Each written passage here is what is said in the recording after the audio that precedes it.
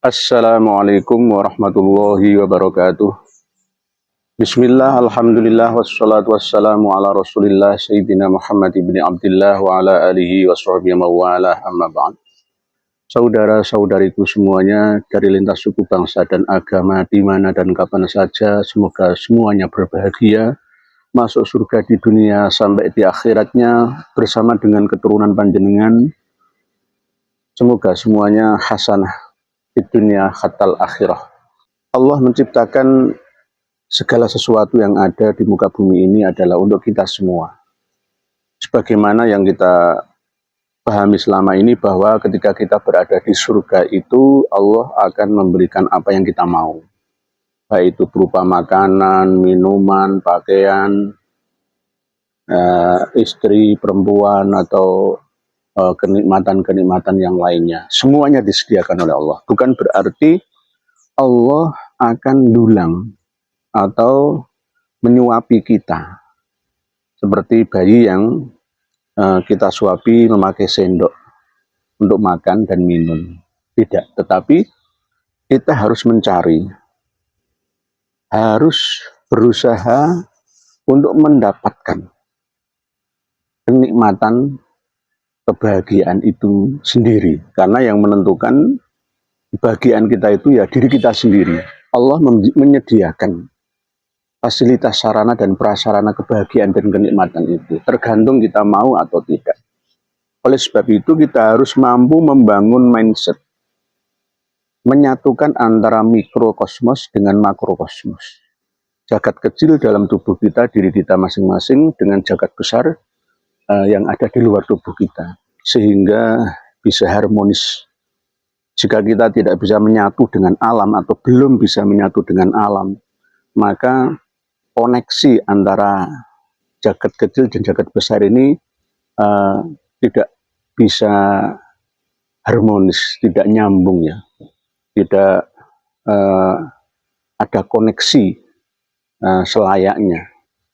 Inilah yang harus kita bangun, mulai dari dalam sampai keluar, mulai dari mikro sampai makro.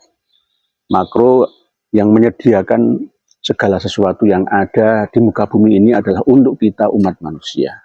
Di surga itu Allah memberikan apa yang kita mau, tetapi berdasarkan juga dengan sunnatullah. Tidak segala yang kita mau itu Allah mengabulkannya, ya tidak. Ya, sesuai dengan kewajaran, dengan sunnahnya. Sama dengan ketika kita tidak mau belajar kok minta pandai, itu kan ya nggak wajar ya. Kita pengen kaya tapi tidak mau bekerja, kan ya nggak wajar juga. Jadi semuanya harus melalui amal soleh. Amal itu berbuat saleh, itu yang patut, yang baik. Berbuat baik untuk mendapatkan anugerah yang Allah sediakan di makro kosmik kita.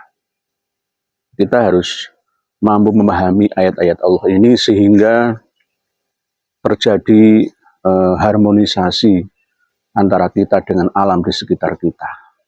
Dulu jannah, hutan-hutan itu berisi pohon dan buah-buahan ya. Lalu dibawa oleh kelelawar, tupai, angin, digeser ke tempat lain, semakin menjauh, sampailah ke depan mata kita. Lalu buahnya kita makan. Nah, inilah yang namanya Allah menyediakan segala sesuatu yang ada di muka bumi ini untuk kita semua. Sesuai yang Allah firmankan dalam surat Al-Baqarah ayat 29, "Huwallazi khalaqalakum ma fil ardi jami'a." Allah dialah yang menciptakan segala apa yang ada di muka bumi ini untuk kalian semua. Jadi untuk kita semua. Jangan sampai kita menghalang-halangi umat manusia untuk menikmati fasilitas kenikmatan yang ada di muka bumi ini. Karena ini sudah bagian daripada kehidupan kita.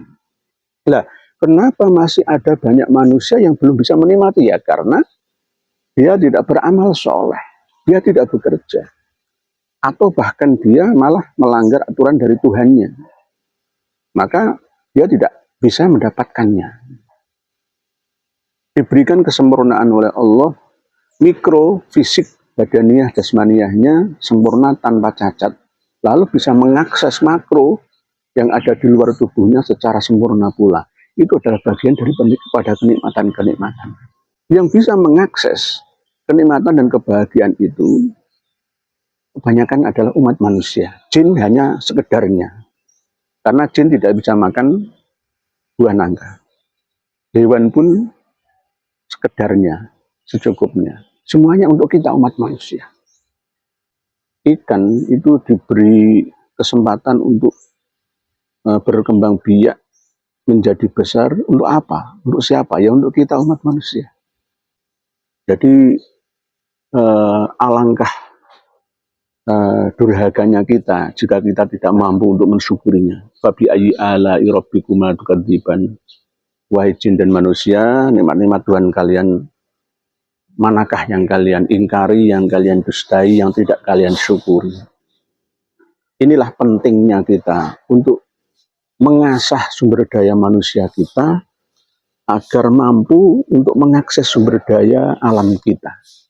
Begitu juga di dalam surat An-Nahl, ya, Allah juga berfirman,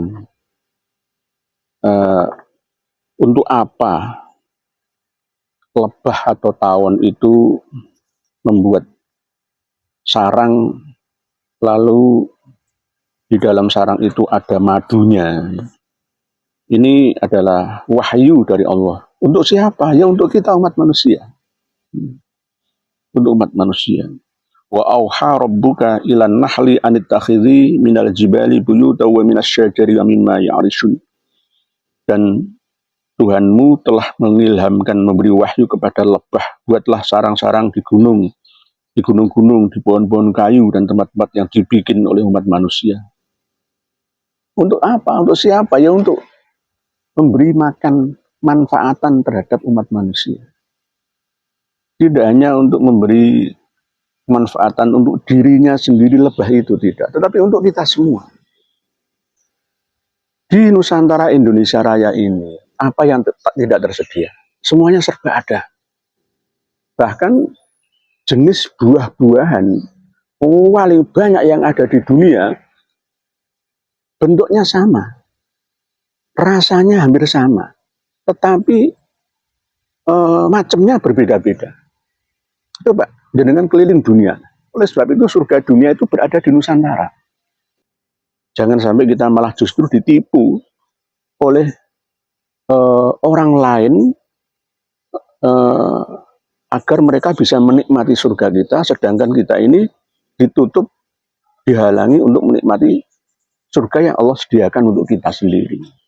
Nah ini bagaimana?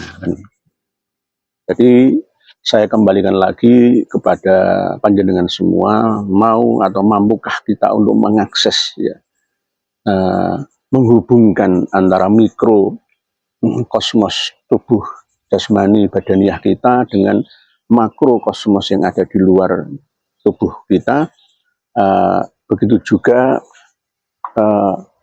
mengasah sumber daya manusia kita untuk mengakses, memanfaatkan, menikmati sumber daya alam yang ada di sekitar kita. Lalu kita akan menjadi insan yang pandai-pandai untuk bersyukur atas karunia dan nikmat Allah yang tak terhingga ini. Fabi ayyi ala'i rabbikuma tukadziban 31 kali dalam surat Ar-Rahman.